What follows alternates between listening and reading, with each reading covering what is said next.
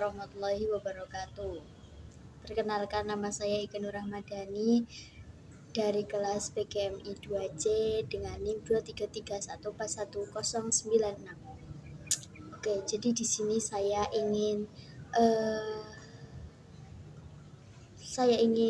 mereview materi tentang teori pendekatan dalam bimbingan konseling, dan teori yang akan saya ambil adalah tentang teori pendekatan logoterapi dalam bimbingan konseling, dan nanti akan ada juga contoh kasusnya seperti itu.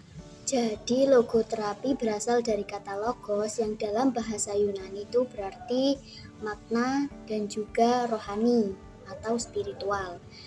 Kemudian kata terapi merupakan penyembuhan atau pengobatan. Jadi dapat disimpulkan bahwa logoterapi itu sebuah aliran psikologi atau psikoteatri modern yang menjadikan makna hidup sebagai tempat tema sentral. Seperti itu.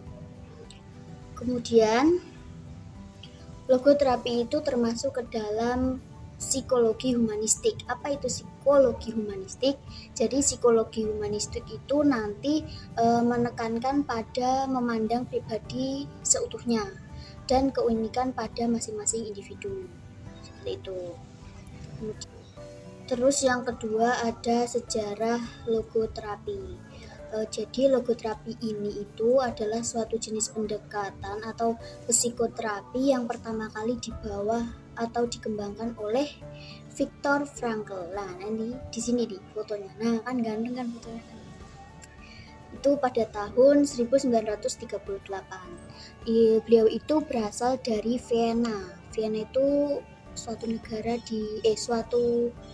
pokoknya di Austria. Beliau adalah profesor bidang neurologi dan psikiatri di The University of Vienna Medical School. Seperti itu. Oke, jadi dulu ceritanya beliau itu adalah seorang tahanan di kamp konsentrasi Maut di Jerman. Terus semua keluarganya beliau itu sudah pada mati, mulai dari istrinya, ayah ibunya, anak-anaknya, semuanya pada mati karena dibunuh dan diteror di sana. Kemudian beliau itu di sana ditahan itu melihat para tahanan lain. Beliau intinya itu tidak mau melihat penderitaan mereka. Beliau berusaha meringankan penderitaan mereka dengan membesarkan hati mereka bahwa kalian itu jangan putus asa, kalian itu harus gini, harus semangat dan harus kuat, bahwa semuanya itu adalah sudah kehendak Tuhan dan pasti insya Allah akan ada hikmah di balik semuanya. Itu yang diartikan beliau sebagai arti makna hidup yang sebenarnya itu yang seperti itu di dalam teori logoterapi ini. Kemudian yang ketiga ada tahapan di teori pendekatan logoterapi ini ada 4 pendekatan. Yang pertama itu ada tahap perkenalan dan pembinaan rapor. Jadi di sini nanti konselor itu menciptakan suasana nyaman untuk menjalankan konselingnya. Jadi kayak menciptakan suasana nyaman dengan klien tersebut. Terus yang kedua itu ada tahapan pengungkapan dan penjajakan masalah. Jadi di sini konselor itu membuka wawancara kepada klien. Jadi ditanya-tanya seperti itulah, apa permasalahannya, seperti apa gitu. Terus yang ketiga nanti tahap pembahasan bersama, yaitu di sini nanti isinya menyamakan persepsi antara konselor dengan klien. Ini nanti jalan keluarnya seperti apa dan bagaimana. Terus yang keempat itu ada tahap evaluasi dan penyimpulan. Di tahap ini nanti bisa disimpulkan solusinya tuh seperti apa. Jika solusinya seperti ini, ya nanti si kliennya itu melakukan perubahan sikap dan perilaku klien seperti itu. Mungkin ada perubahan di dalam diri klien seperti itu. Oke, jadi contoh kasusnya adalah misal di sebuah SMA ada anak bernama Nita. Nah, Nita ini dulunya adalah anak yang ceria, gembira, dan bahagia. Tapi seiring berjalannya waktu, suatu hari ayahnya tuh kecelakaan terus meninggal. Akhirnya ya udah, karena kejadian tersebut Nita jadi anak yang pemurung, terus di sekolahan itu suka tidur, terus kadang juga suka bolos tanpa sepengetahuan ibunya, padahal ngakunya berangkat tapi ternyata di sananya tidak. Nah, dengan adanya ini kemudian guru BK atau konselor itu menghampiri ke rumahnya Sinita. Sinita itu di sini kurang terbuka karena dia tidak mau menceritakan masalahnya kepada siapapun.